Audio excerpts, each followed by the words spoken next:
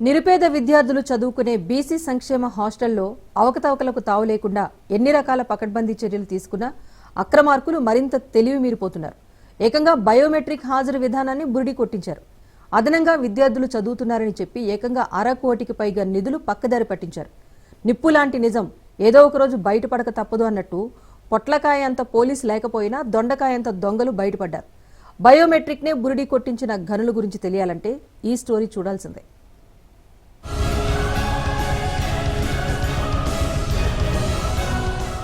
నెల్లూరు జిల్లాలో బీసీ సంక్షేమ శాఖ నిర్వహణలో పాఠశాల స్థాయి విద్యార్థుల కోసం 65 హాస్టల్స్ ఉన్నాయి. ఇందులో 3093 మంది విద్యార్థులు ఉన్నారు. అలాగే కాలేజీ విద్యార్థుల కోసం ఏర్పాటు చేసిన 16 హాస్టల్స్ లో 1059 మంది విద్యార్థులు ఉన్నట్లుగా హాజరు పట్టికలో నమోదు చేశారు. బోగస్ హాజరు విధానాన్ని అరికట్టేందుకు ప్రభుత్వం కొత్త టెక్నాలజీని అమలులోకి తెచ్చింది. ఫేషియల్ రికగ్నైజేషన్ సిస్టమ్ మొహాన్ని ఫోటో తీసి హాజరు వేసుకునే విధానాన్ని గత జనవరి నుంచి అమలు చేస్తున్నారు. ఉదయం 9 గంటల కల్లా హాజరైన విద్యార్థుల ముఖాల ఫోటోల ద్వారా హాజరు నమోదు చేసి ఆ వివరాలను ఏపీ నివాస్ యాప్లో అప్లోడ్ చేయాలి.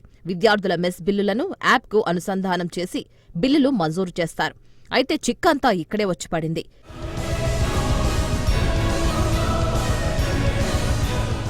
జిల్లాలోని 65 బీసీ సంక్షేమ హాస్టల్స్ లో మొత్తం 3732 మంది విద్యార్థులు ఉన్నట్లుగా గత ఏడాది ఆగస్టులో నమోదు చేశారు. అయితే జనవరిలో ఫేస్ రికగ్నైజేషన్ సిస్టమ్ అమల్లోకి తెచ్చిన తర్వాత విద్యార్థుల సంఖ్య 3093 మందికి పరిమితమైంది. జిల్లా వ్యాప్తంగా 639 మంది విద్యార్థులు తగ్గిపోయారు. బోగస్ పేర్ల ద్వారా నెలకు 1400 చొప్పున దాదాపు 62,62,000 రూపాయలను పక్కదారి పట్టించి స్వాహా చేసినట్లు బయటపడింది.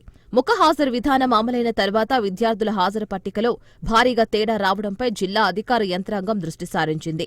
విడవలూరు బీసీ సంక్షేమ హాస్టల్స్ లో 74 సీట్లు ఉంటే అటెండెన్స్ లో 77 మంది విద్యార్థులు ఉన్నట్లు నమోదు చేశారు. వాస్తవానికి ఈ వసతి గృహంలో సగం మంది విద్యార్థులు కూడా లేని పరిస్థితి.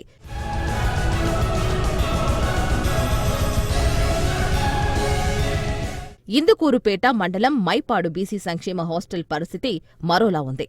హాస్టల్లో విద్యార్థులే లేకపోయినా వారి బిల్లులతో పాటు భవనం అద్దె బిల్లును వార్డెన్ మంజూరు చేయించుకున్నట్లు తెలుస్తోంది. ఈ 2 వసతి గృహాల్లో లక్షల రూపాయలు పక్కదారి పట్టించినట్లు ఆరోపణలు వెల్లువెత్తుతున్నాయి. ఈ 2 సంక్షేమ హాస్టల్స్ల పనితీరుపై జిల్లా కలెక్టర్కు ఫిర్యాదులు అందాయి.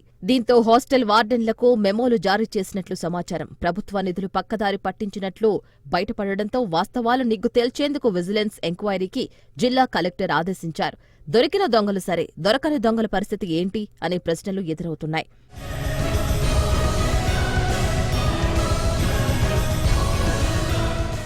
రెండు హాస్టళ్లలో ఒకేసారి 639 మంది విద్యార్థులు తగ్గిపోయిన ఉదంతంపై స్పందించిన జిల్లా అధికార యంత్రాంగం కొరడా ఛళ్లుమనిపించింది. అవకతవకలు బయటపడిన హాస్టల్స్లోనే విచారణ చేస్తున్న అధికారులకు మిగతా హాస్టళ్ల పనితీరు గురించి ఏమాత్రం పట్టనట్లు వ్యవహరిస్తున్నారు. బీసీ సంక్షేమ హాస్టల్స్లోనే ఇలాంటి పరిస్థితి ఉంటే మిగిలిన ఎస్సీ, ఎస్టీ సంక్షేమ హాస్టల్స్లో దుర్వినియోగం జరుగుతుందేమో లేదోనన్న విషయాన్ని ఏమాత్రం పట్టించుకోకపోవడం ఆశ్చర్యం కలిగిస్తుంది. అన్ని హాస్టల్స్లో సమగ్ర విచారణ జరిపితే ఊహకందనంత అవినీతి చిట్టా బయటపడే పరిస్థితి కనిపిస్తోంది.